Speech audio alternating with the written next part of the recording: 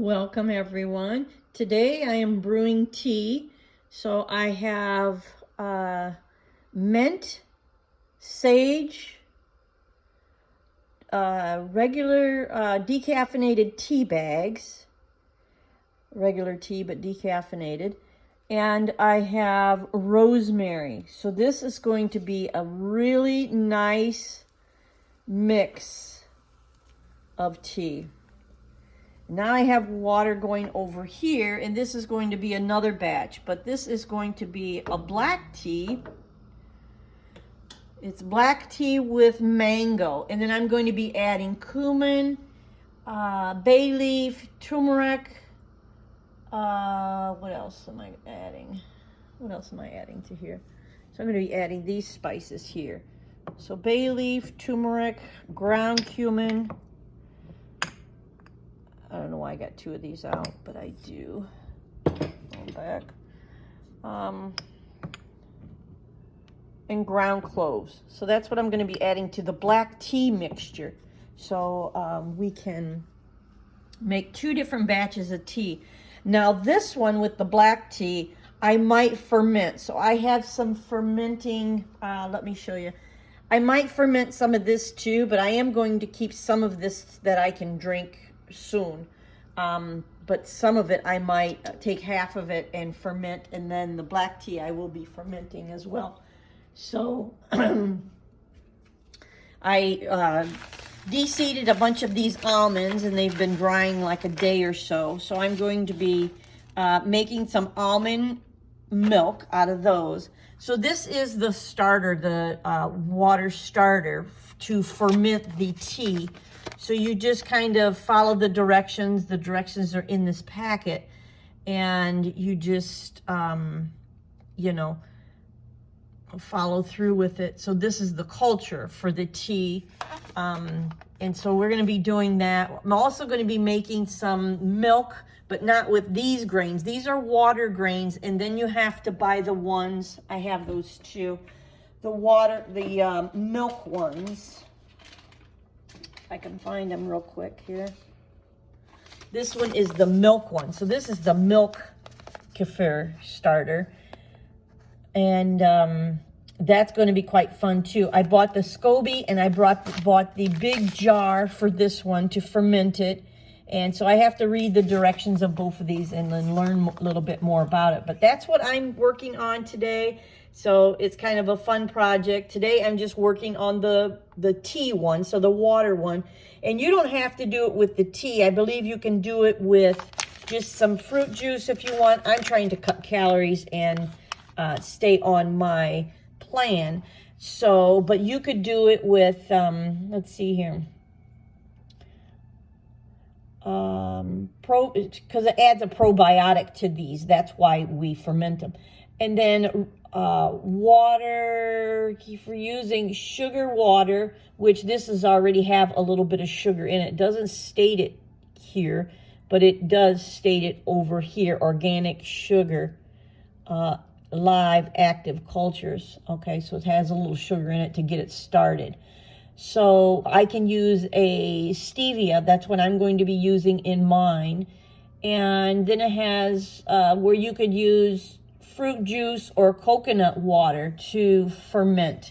So that's kind of interesting. Like I have some coconut, the powdered coconut, which is ground up. It's almost like a flour, you know. And I could go ahead and do some of that water and then ferment it into a coconut water. And so this milk one,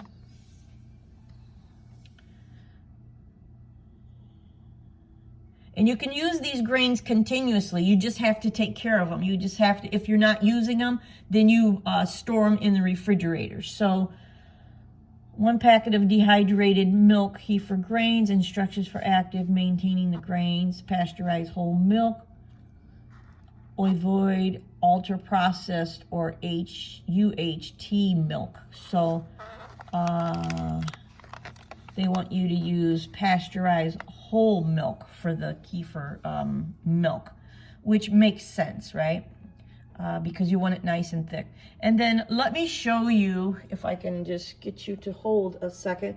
Let me show you the kefir milk that I bought. I don't know if I showed you guys this or not, but hold on one second. Let me get that.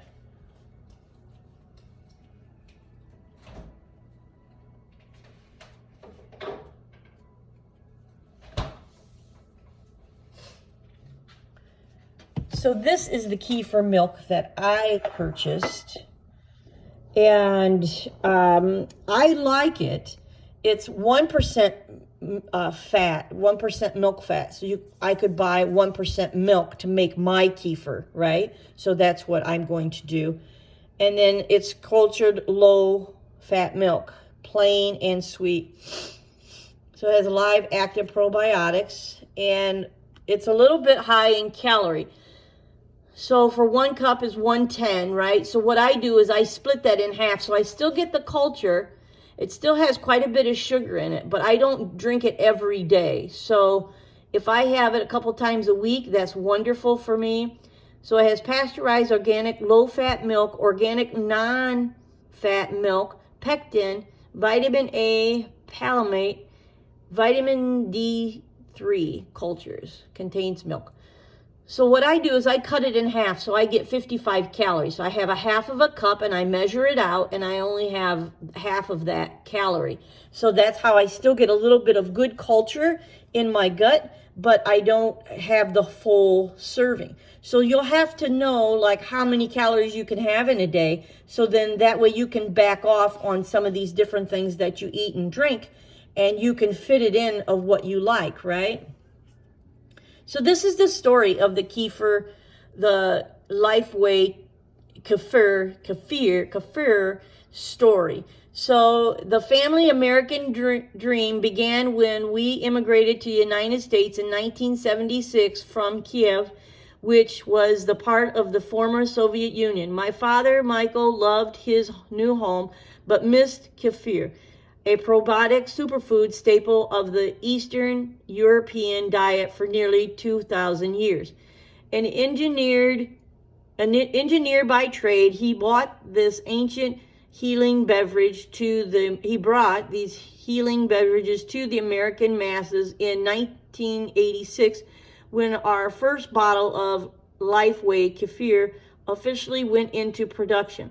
Known as the champagne of dairy, Lifeway Kefir is a tart, tangy, slightly inversant taste of the folk wisdom that has been passed down by my ancestors for generations and has nourished countless families for centuries.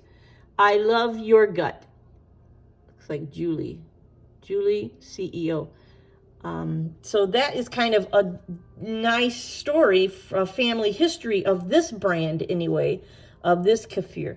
So love your gut, naturally gluten-free, lactose intolerant friendly, may support a strong immune system, may promote a balanced and diverse microbiome, rich in calcium and vitamin D, good source of protein, 12 live active cultures, probiotic cultures. And then it lists them here. I'm not going to go into scientific terms, but we all know that it's lactobacillus, and that, and then some other ones, but I'm not going to go into scientific names. They're a little bit hard to pronounce.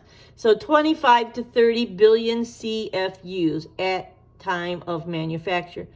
We use milk that has not been treated with artificial hormones. That is awesome. So see, you get better bacteria going in your gut, and it's easier to diet, easier to lose weight. As part of a balanced diet, no significant difference has been shown between milk derived from RBST treated cows or non-RSBT treated cows. Fermentation keeps the kefir fresh until the expiration date stamped on the bottle, regardless of when you opened it. So this will go bad. What's the date stamped on here? 5/19 of 24. So we are in 2. We are in, are we in 2 or are we in 1 or 3? No, this is still February 29th. So yeah, so we still have quite a long ways to go to reach, you know, what is that? May 19th, 24, January, February, March, April. January, February, March, April, May, right. May. So yeah, so we will be able to still enjoy this, even though I'm only drinking. And I bought this probably about, I don't know, maybe 4 days ago or so. So I'll probably have a cup of this today because I didn't have any of this yesterday. So I don't do it every day because it's high in, you know, calorie. But I do it, you know, a couple times a week. So I'll either do it today or tomorrow. It's unsweetened, plain unsweetened. And it is USDA organic. So that is awesome to know. So I hope these little tips and things helped you guys out. And it's really interesting when you start getting into some of this, when you start getting into some of this fermented food that is really good for your gut and it helps with your weight loss journey. You can really begin to see a difference in your stamina. You can see a difference in your wanting to always, you know, munch on things, and it helps to keep you satisfied when you have good gut bacteria. So that's all I have for today. Thank you so much for watching, and I look forward to talking to you all real soon. Bye-bye now.